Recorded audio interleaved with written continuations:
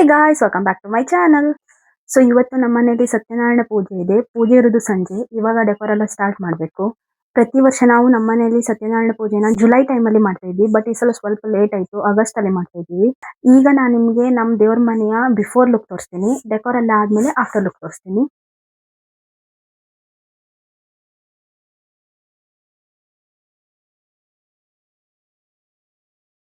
ಇದು ನಮ್ಮನೆ ದೇವ್ರ ಮನೆಯ ಬಿಫೋರ್ ಲುಕ್. ಇನ್ ಡೆಕೋರ್ ಆದ್ಮೇಲೆ ಮತ್ತೆ ಚೆನ್ನಾಗಿ ಕಾಣುತ್ತೆ. ಹಾಗೆ ಇಲ್ಲಿ ವೆಜ್ಜೀಸ್ ಎಲ್ಲ ಇಟ್ಟಿದ್ದಾರೆ ಅಮ್ಮ. ಇದು ಇವತ್ ನೈಟ್ ಪೂಜೆಗೆ ಅಡ್ಗೆ ಮಾಡೋಕೆ. ಇದನ್ನ ವೀಕ್ಲಿ ಮಾರ್ಕೆಟ್ ಇಂದ ತಂದಿದ್ದು. ಹೀಗೆ ತರ್ಲಿಕ್ಕೆ ಹೋದ್ರೆ ಸ್ವಲ್ಪ ರೇಟ್ ಜಾಸ್ತಿ ಆಗುತ್ತೆ. ವೀಕ್ಲಿ ಮಾರ್ಕೆಟ್ ಅಲ್ಲಿ ಆದ್ರೆ ಬಜೆಟ್ ಫ್ರೆಂಡ್ಲಿ ಆಗಿ ಸಿಗುತ್ತೆ. ಅದಕ್ಕೆ ಮೊದಲೇ ವೆಜ್ಜೀಸ್ ಎಲ್ಲ ತಂದು ಈ ರೀತಿ ಹರಡಿಟ್ಟಿದ್ದಾರೆ. ಸೊ ಇವಾಗ ಡೆಕೋರೇಷನ್ ಸ್ಟಾರ್ಟ್ ಮಾಡೋಣ. ಸೋಮ.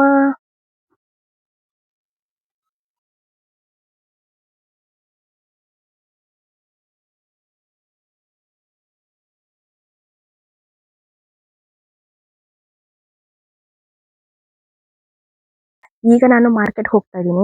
ಫಸ್ಟ್ ನಾನು ಅನ್ಕೊಂಡೆ ಡೆಕೋರೇಷನ್ ಎಲ್ಲ ಮಾಡಿ ಹೋಗೋಣ ಅಂತ. ಬಟ್ ಈಗ ಡೆಕೋರೇಷನ್ ಮಾಡ್ತಾ ಕುತ್ಕೊಂಡ್ರೆ ಟೈಮ್ ಆಗುತ್ತೆ. ಫಸ್ಟ್ ಮಾರ್ಕೆಟ್ಗೆ ಹೋಗಿ ಬಂದು ಆಮೇಲೆ ಡೆಕೋರೇಷನ್ ಸ್ಟಾರ್ಟ್ ಮಾಡೋಣ ಅನ್ಕೊಂಡು ಹೋಗ್ತಾ ಇದ್ದೀನಿ. ಈಗ ನಾನು ಮಾರ್ಕೆಟ್ ಹೋಗಿ ಹೂವು ಹಣ್ಣೆಲ್ಲ ತರಬೇಕು. ಉಳಿದೆಲ್ಲ ಐಟಮ್ ಅಮ್ಮ ನಿನ್ನೆನೆ ಮಾರ್ಕೆಟ್ ಇಂದ ತಂದಿದ್ರು. ಬಟ್ ಹೂವು ನಿನ್ನೆನೆ ತಂದಿದ್ರೆ ಬಾಡ್ ಹೋಗುತ್ತಲ್ಲ, ಅದು ಪೂಜೆ ಇರೋದು ಸಂಜೆ. ಅದಕ್ಕೆ ಇವಾಗ ಹೋಗಿ ಹೂವು ಹಣ್ಣು ತರಬೇಕು.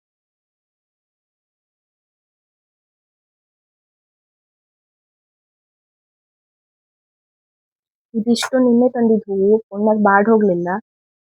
ಈ ಬಾಡ್ ಹೋಗುತ್ತೆ ಅಂತ ಅಷ್ಟು ಹೂ ತರ್ಲಿಲ್ಲ. ಇವತ್ತು ಹೋಗಿ ತರ್ಬೇಕು. ಈಗ ಪೂಜೆಗೆ ಬೇಕಾಗಿರೋ ಹೂವು ಹಣ್ಣು ಎಲ್ಲ ತರೋಕೆ ಮಾರ್ಕೆಟ್ಗೆ ಹೋಗ್ತಾ ಇದ್ದೀನಿ. ಆ್ಯಕ್ಚುಲಿ ಒಂದಿನ ಮುಂಚೆ ತಂದಿಡೋಣ ಅಂತ ಅಂದ್ಕೊಂಡಿದ್ವಿ. ಆದರೆ ಹೂವು ಹಣ್ಣು ಎಲ್ಲ ಫ್ರೆಶ್ ಆಗಿರಬೇಕಲ್ವಾ. ಒಂದಿನ ಮುಂಚೆ ತಂದರೆ ಹಾಳಾಗೋ ಚಾನ್ಸ್ ಇರುತ್ತೆ. ಅದಕ್ಕೆ ಪೂಜೆ ದಿನ ಬೆಳಗ್ಗೆನೇ ಹೋಗಿ ತರೋಣ ಅಂತ ಡಿಸೈಡ್ ಮಾಡ್ಕೊಂಡೆ. ನಾವು ಫಸ್ಟ್ ಡೆಕೋರೇಷನ್ ಮಾಡಬೇಕು ಅಂತ ಪ್ಲ್ಯಾನ್ ಮಾಡ್ಕೊಂಡಿದ್ವಿ. ಬಟ್ ಡೆಕೋರೇಷನ್ ಮಾಡ್ತಾ ಕೂತ್ಕೊಂಡ್ರೆ ಟೈಮ್ ಆಗಿ ಬಿಡುತ್ತೆ ಅನಿಸ್ತು. ಅದಕ್ಕೆ ಮೊದಲು ಶಾಪಿಂಗ್ ಮುಗಿಸ್ಕೊಂಡು ಬರೋಣ ಅಂತ ಮಾರ್ಕೆಟ್ಗೆ ಹೋದ್ವಿ. ಇವತ್ತು ಶುಕ್ರವಾರ ಬೇರೆ. ಹೂವು ಹಣ್ಣು ಎಲ್ಲ ರೇಟ್ ಜಾಸ್ತಿನೇ ಇರುತ್ತೆ. ಆದರೂ ಪೂಜೆಗೆ ಬೇಕಲ್ವಾ, ಅದಕ್ಕೆ ಪ್ರೈಸ್ ಜಾಸ್ತಿ ಆದರೂ ತಗೋಬೇಕಾಯ್ತು. ಹಾಗೆ ಒಂದೊಂದಾಗಿ ಪೂಜೆಗೆ ಬೇಕಾಗಿರೋ ಹೂವು ಹಣ್ಣು ಎಲ್ಲ ತಗೊಂಡ್ವಿ. ಶಾಪಿಂಗ್ ಮಾಡ್ತಾ ಇದ್ದಾಗ ಅಮ್ಮ ಹೇಳಿದ್ದ ಬ್ಲೌಸ್ ಪೀಸ್ ನೆನಪಾಯಿತು. ಅಲ್ಲೇ ಬಟ್ಟೆ ಶಾಪ್ ಇತ್ತು. ಬಟ್ಟೆ ಶಾಪ್ಗೆ ಹೋಗಿ ಅಮ್ಮ ಹೇಳಿದ ಗ್ರೀನ್ ಕಲರ್ ಬ್ಲೌಸ್ ಪೀಸ್ ತೊಗೊಂಡ್ವಿ. ಒಟ್ಟಿನಲ್ಲಿ ಪೂಜೆಗೆ ಬೇಕಾದ ಎಲ್ಲ ಶಾಪಿಂಗ್ ಮಾಡಿ ಬ್ಲೌಸ್ ಪೀಸು ಕೂಡ ತಗೊಂಡು ಬಂದ್ವಿ. ಬ್ಲೌಸ್ ಪೀಸ್ ತಗೊಂಡಾಯ್ತು, ಹೂ ತಗೊಂಡಾಯ್ತು. ಇವಾಗ ಅಮ್ಮಂಗೆ ಬಳೆ ಮತ್ತೆ ಹಣ್ಣು ತಗೊಂಡ್ರಾಯ್ತು. ಹಬ್ಬ ಟೈಮಿಗೆ ಮಾರ್ಕೆಟ್ ಎಲ್ಲ ಬರ್ಲೇಬಾರ್ದು. 4 ಐಟಮ್ ತಗೊಳಕ್ಕೆ 1 ಅವರ್ ವೇಟ್ ಮಾಡ್ಬೇಕಾಯ್ತು. ಇವಾಗ ನಮ್ಮ ಇವತ್ತಿನ ಮೇನ್ ಇಂಪಾರ್ಟೆಂಟ್ ಕೆಲಸ ಏನಂದರೆ ಡೆಕೋರೇಷನ್ ಮಾಡೋದು. ಮಾರ್ಕೆಟಿಂದ ಮನೆಗೆ ಬಂದ ತಕ್ಷಣ ಸಮಯ ವೇಸ್ಟ್ ಮಾಡದೆ ಡೆಕೋರೇಷನ್ ಸ್ಟಾರ್ಟ್ ಮಾಡಿದ್ವಿ. ಆ್ಯಕ್ಚುಲಿ ಯಾವ ಥರ ಡೆಕೋರೇಷನ್ ಮಾಡಬೇಕು ಅಂತ ನಾವು ಮೊದಲೇ ಡಿಸೈಡ್ ಮಾಡ್ಕೊಂಡಿದ್ವಿ. ಹಾಗಾಗಿ ಡೆಕೋರೇಷನ್ಗೆ ಬೇಕಾಗಿರೋ ಎಲ್ಲ ಐಟಮ್ಸ್ನ ಕೂಡ ಮೊದಲೇ ರೆಡಿ ಮಾಡಿ ಇಟ್ಕೊಂಡಿದ್ವಿ. ಅದಕ್ಕೆ ಈಗ ಏನನ್ನು ಎಕ್ಸ್ಟ್ರಾ ಆಗಿ ಪ್ರಿಪೇರ್ ಮಾಡೋದು ಇರಲಿಲ್ಲ. ಜಸ್ಟ್ ಯಾವ ಡೆಕೋರೇಷನ್ ಐಟಮ್ ಎಲ್ಲೆಲ್ಲಿ ಹಾಕಬೇಕು ಅಂತ ಡಿಸೈಡ್ ಮಾಡ್ಕೊಂಡ್ವಿ. ಅದಕ್ಕೆ ಗಮ್ ಟೇಪ್ ಹಚ್ಚಿ ಪಟ ಅಂತ ಡೆಕೋರೇಷನ್ ಸ್ಟಾರ್ಟ್ ಮಾಡಿದ್ವಿ. ನಾವು ಅಂದ್ಕೊಂಡಿದ್ದಕ್ಕಿಂತ ತುಂಬ ಬೇಗನೆ ಡೆಕೋರೇಷನ್ ಶೇಪ್ ತಗೊಳ್ತಾ ಹೋಯಿತು. ಒಂದೊಂದಾಗಿ ಐಟಮ್ಸ್ ಹಾಕ್ತಾ ಹೋದಂಗೆ ಇಡೀ ಪ್ಲೇಸೇ ತುಂಬ ಕಲರ್ಫುಲ್ ಆಗ್ತಾ ಬಂತು. ನಿಜ ಹೇಳಬೇಕಂದ್ರೆ ಡೆಕೋರೇಷನ್ ಇಷ್ಟು ಚೆನ್ನಾಗಿ ಬರುತ್ತೆ ಅಂತ ನಾವು ಎಕ್ಸ್ಪೆಕ್ಟ್ ಕೂಡ ಮಾಡಿರಲಿಲ್ಲ. ಪ್ರತಿ ವರ್ಷ ನಾವು ನಮ್ಮನೆ ಪೂಜೆಗೆ ಬೇರೆ ಥರನೇ ಡೆಕೋರೇಷನ್ ಮಾಡ್ತಾ ಇದ್ವಿ. ಬಟ್ ಈ ಸಲ ಡಿಫ್ರೆಂಟಾಗಿ ಟ್ರೈ ಮಾಡೋಣ ಅಂತ ಅಂದ್ಕೊಂಡ್ವಿ. ಈ ಸಲ ಡೆಕೋರೇಷನ್ ಮಾತ್ರ ನಮ್ಗೆ ತುಂಬ ಖುಷಿ ಆಯಿತು. ನಾವು ಇಮ್ಯಾಜಿನ್ ಮಾಡೋದಕ್ಕಿಂತ ಇನ್ನೂ ಚೆನ್ನಾಗಿ ಬಂದಿತ್ತು. ಡೆಕೋರೇಷನ್ ಮಾಡ್ತಾ ಇದ್ದಾಗಲೇ ವಾವ್ ಚೆನ್ನಾಗಿ ಬರ್ತಿದೆ ಅಂದ್ಕೊಳ್ತಾ ಇದ್ವಿ. ಒಟ್ಟಿನಲ್ಲಿ ಬೆಳಗ್ಗೆಯಿಂದ ಮಾಡ್ಕೊಂಡು ಬಂದ ಎಲ್ಲ ಪ್ರಿಪರೇಷನ್ಗೆ ಈಗ ಫೈನಲಿ ರಿಸಲ್ಟ್ ಸಿಕ್ತು. ಇವಾಗ ಡೆಕೋರೇಷನ್ ಕಂಪ್ಲೀಟ್ ಆಯಿತು. ಮತ್ತು ಆನೆಸ್ಟ್ಲಿ ಈ ಸಲ ಡೆಕೋರೇಷನ್ ಮಾತ್ರ ನಮ್ಗೆ ತುಂಬ ಇಷ್ಟ ಆಯಿತು.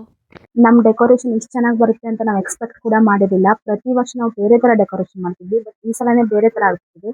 ಡೆಕೋರೇಷನ್ ಹೇಗಿದೆ ಅಂತ ನಿಮ್ಮ ಜೊತೆ ಶೇರ್ ಮಾಡ್ತೀನಿ. ಹಾಗೆ ಡೆಕೋರೇಷನ್ ನಿಮ್ಗೆ ಇಷ್ಟ ಆಯ್ತಾ ಇಲ್ವಾ ಅಂತ ಕಮೆಂಟ್ ಸೆಕ್ಷನ್ ತಿಳಿಸಿ.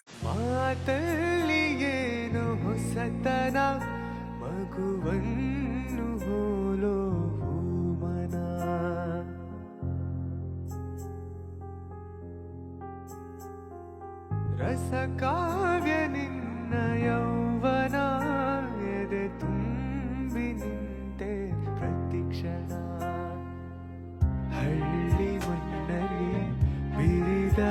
ಇವತ್ತು ಪೂಜೆ ಇರೋದ್ರಿಂದ ಮಧ್ಯಾಹ್ನ ಉಪವಾಸ ಇರಬೇಕು. ಉಪವಾಸ ಅಂದ್ರೆ ಚಪಾತಿ ಎಲ್ಲ ತಿನ್ಬೋದು, ಅನ್ನ ಊಟ ಮಾಡುವಂಗಿಲ್ಲ. ಪೂಜೆ ಆದ್ಮೇಲೆ ರಾತ್ರಿ ನೈಟ್ ಊಟ ಮಾಡಬೇಕು. ನಂಗೆ ಇವಾಗ ಲೈಟ್ ಆಗಿ ಹಸಿವೆ ಸ್ಟಾರ್ಟ್ ಆಯ್ತು. ಅದಕ್ಕೆ ನಾನು ಕ್ಯಾರೆಟ್ ಹಲ್ವಾ ಮಾಡೋಣ ಅಂತ ಅನ್ಕೊಂಡೆ. ಕ್ಯಾರೆಟ್ ಹಲ್ವಾ ಮಾಡೋದು ಈಸಿ, ಬಟ್ ಅದನ್ನ ಕ್ಯಾರೆಟ್ ತುರಿಯೋದು ಮಾತ್ರ ತುಂಬಾ ಕಷ್ಟ. ಕ್ಯಾರೆಟ್ ತುರಿದಾಗಿದೆ, ಈಗ ನನ್ನ ಕೈಯೆಲ್ಲ ಫುಲ್ ನೋಡ್ತಾ ಇದೆ. ಇದ್ರ ರೆಸಿಪಿ ನಿಮ್ಗೆ ಬೇಕಂದ್ರೆ ಶಾರ್ಟ್ಸ್ ಅಲ್ಲಿ ಅಪ್ಲೋಡ್ ಆಗಿರುತ್ತೆ, ಹೋಗಿ ಚೆಕ್ ಮಾಡಿ. ಕ್ಯಾರೆಟ್ ಹಲ್ವಾ ರೆಡಿ ಆದ್ಮೇಲೆ ಡೈರೆಕ್ಟ್ ಸಿಗ್ತೀನಿ. ಇಲ್ಲಿ ಕ್ಯಾರೆಟ್ ತುರಿದಿಟ್ಕೊಂಡಿದ್ದೀನಿ. ರೆಸಿಪಿನ ನಾನು ಶೇರ್ ಮಾಡಲ್ಲ, ನೀವು ಶಾರ್ಟ್ಸಲ್ಲಿ ನೋಡಿ. Here is my carrot halwa. ನಾನು ಅನ್ಕೊಂಡಿರ್ಲಿಲ್ಲ ಇಷ್ಟು ಚೆನ್ನಾಗಿ ಮಾಡ್ತೀನಿ ಅಂತ. ಟೇಸ್ಟ್ ಮಾತ್ರ ಸಖತ್ತಾಗಿದೆ. ಈಗ ಒಳಗಿನ ಎಲ್ಲ ಕೆಲಸ ಕಂಪ್ಲೀಟ್ ಆಯ್ತು. ಲಾಸ್ಟ್ ಒಂದೇ ಉಳಿದಿರೋದು, ಅದು ರಂಗೋಲಿ. ರಂಗೋಲಿ ಒಂದು ಹಾಕಿದ್ರೆ ಎಲ್ಲ ಕೆಲಸ ಕಂಪ್ಲೀಟ್ ಆಗುತ್ತೆ. ಇನ್ನು ಪೂಜೆ ಮಾಡೋದೊಂದೇ ಬಾಕಿ. ತಗೊಂಡು ಶಮಾ ಶಮಾ.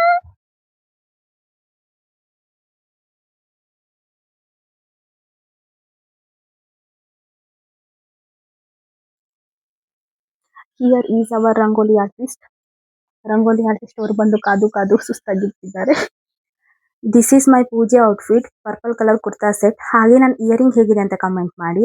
ಸೊ ಇನ್ನೇನು ಪೂಜೆ ಸ್ಟಾರ್ಟ್ ಆಗುತ್ತೆ. ನಾನು ಆಲ್ಮೋಸ್ಟ್ ರೆಡಿ ಆಗಿದ್ದೀನಿ.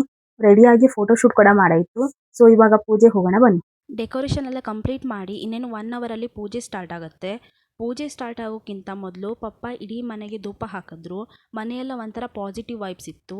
ಅಷ್ಟರಲ್ಲಿ ಭಟ್ರು ಕೂಡ ಬಂದು ಪೂಜೆಗೆ ಪ್ರಿಪೇರ್ ಆಗ್ತಾಯಿದ್ರು.